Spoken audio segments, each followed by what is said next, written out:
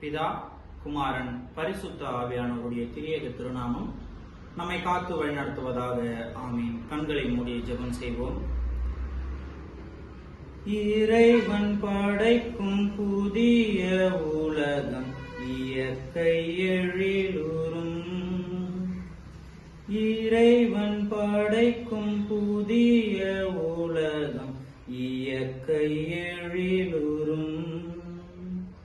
சீரை கரை பரந்திடும் சீடரே மகிழுங்கள். சீரை கரை பரந்திடும் சீடரே மகிழுங்கள். வசந்த கால பூக்களே வரும் காலம் சொல்லுங்களே.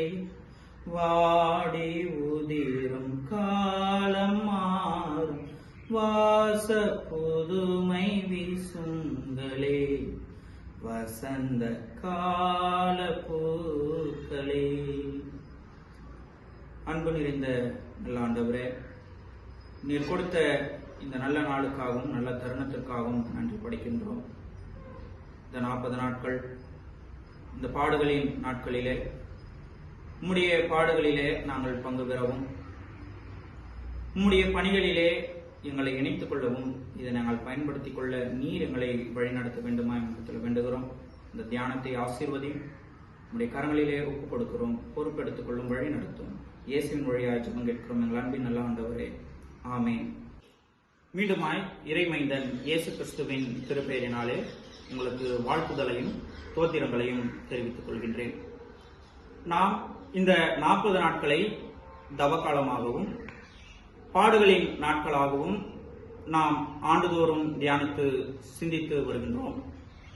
குறிப்பாக திருமறைகளிலே எப்பொழுதெல்லாம் இந்த 40 நாட்கள் வருகின்றதோ அதற்கு பின்பதாக இல்ல அதன் விளைவாக ஒரு புதுப்பித்தலுக்குள்ளாக, சீரமைப்பிற்குள்ளாக, தன்னுடைய பணியை நோக்கி பயணம் செய்வதற்குள்ளாக ஒரு நிகழ்வுகள் பின்தொடர்ந்து வருவதை நம்மால் பார்க்க முடிகின்றது.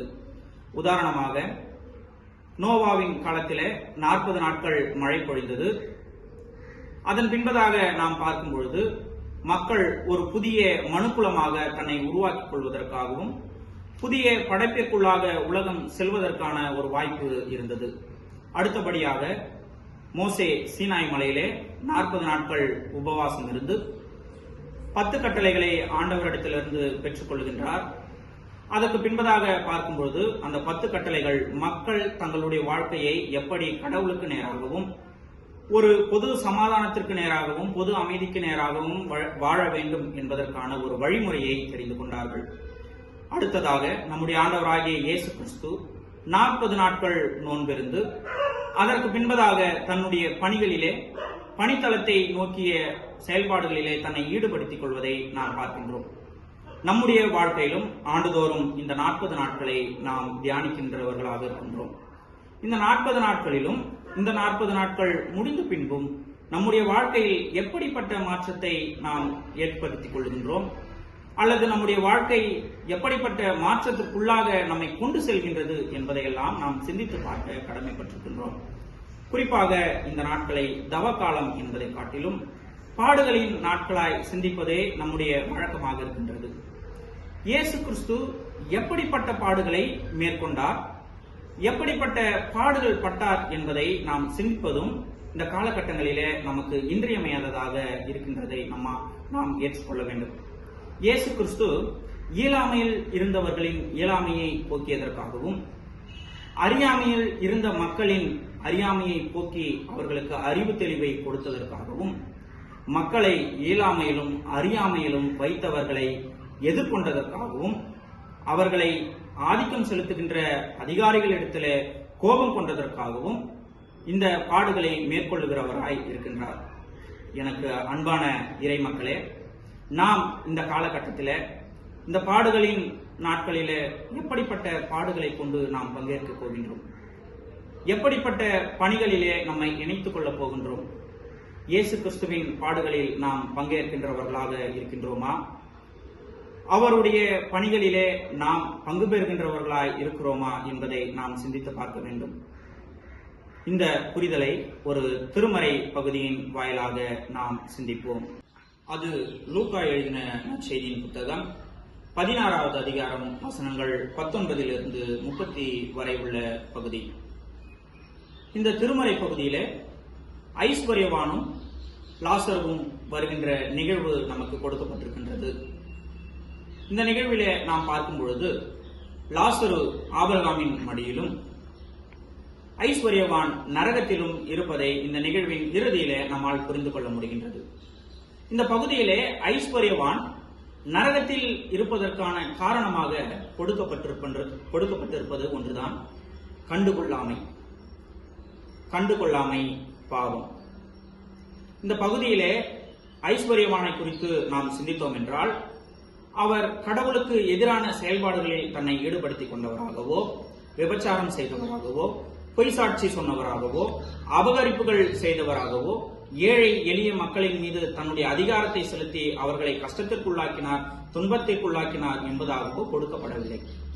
அவர் செய்த ஒன்றே ஒன்று, தன்னுடைய வீட்டு வாயில் அருகிலே இருந்த லாசருவை கண்டுகொள்ளாமல் போனார். லாசருவுக்கும் ஐஸ்வர்யவானுக்கும் இருந்த தூரம் என்பது மிக குறைவானதாக இருந்தது. ஆனாலும் ஐஸ்வர்யவான் தன்னுடைய தேவைகள் தீர்ந்தால் போதும், தனக்கான அன்றாட தேவைகள் எல்லாவற்றிலும் எனக்கு நிறைவாய் கொடுக்கப்பட்டிருக்கின்றது என்று தன்னை மட்டுமே சிந்தித்து தன்னுடைய வீட்டு வாயிலின் அருகில் இருக்கின்ற லாசருவை கண்டுகொள்ளாமல் இருந்ததே ஐஸ்வர்யவான் நரகத்தில் இருப்பதற்கான முதன்மையான காரணமாய் கொடுக்கப்பட்டிருக்கின்றது. அது மட்டும் இல்லாமல் இந்த பகுதியிலே அந்த செல்வந்தர் மறந்து போன மற்றொரு காரியம் கொடுக்கப்பட்டிருக்கின்றது. அது செல்வம் ஒருவருக்கு அருளப்பட்டிருப்பது ஆசீர்வாதத்தினாலே அல்ல, அது மற்றவர் மீது கொடுக்கப்பட்டிருக்கின்ற பொறுப்பு என்பதை அந்த செல்வந்தர் மறந்து விடுகின்றார். பொறுப்பு துறத்தல் பாவம். இந்த பகுதியிலே அந்த செல்வந்தருக்கு தன்னுடைய அன்றாட தேவைகளை சந்திப்பதற்கும் மேலான செல்வம் கொடுக்கப்பட்டிருக்கின்றது. ஆனால் அவருடைய வீட்டு வாசலிலே இருக்கின்ற லாசருவுக்கு தன்னுடைய அடிப்படை தேவைகளையும், தினமும் பட்டினியும் பசியும், தன் புண்களை நாய் வந்து நக்குகின்ற அளவிற்கு அவர் இயலாமையில் இருப்பதையும் நம்மால் பார்க்க முடிகின்றது.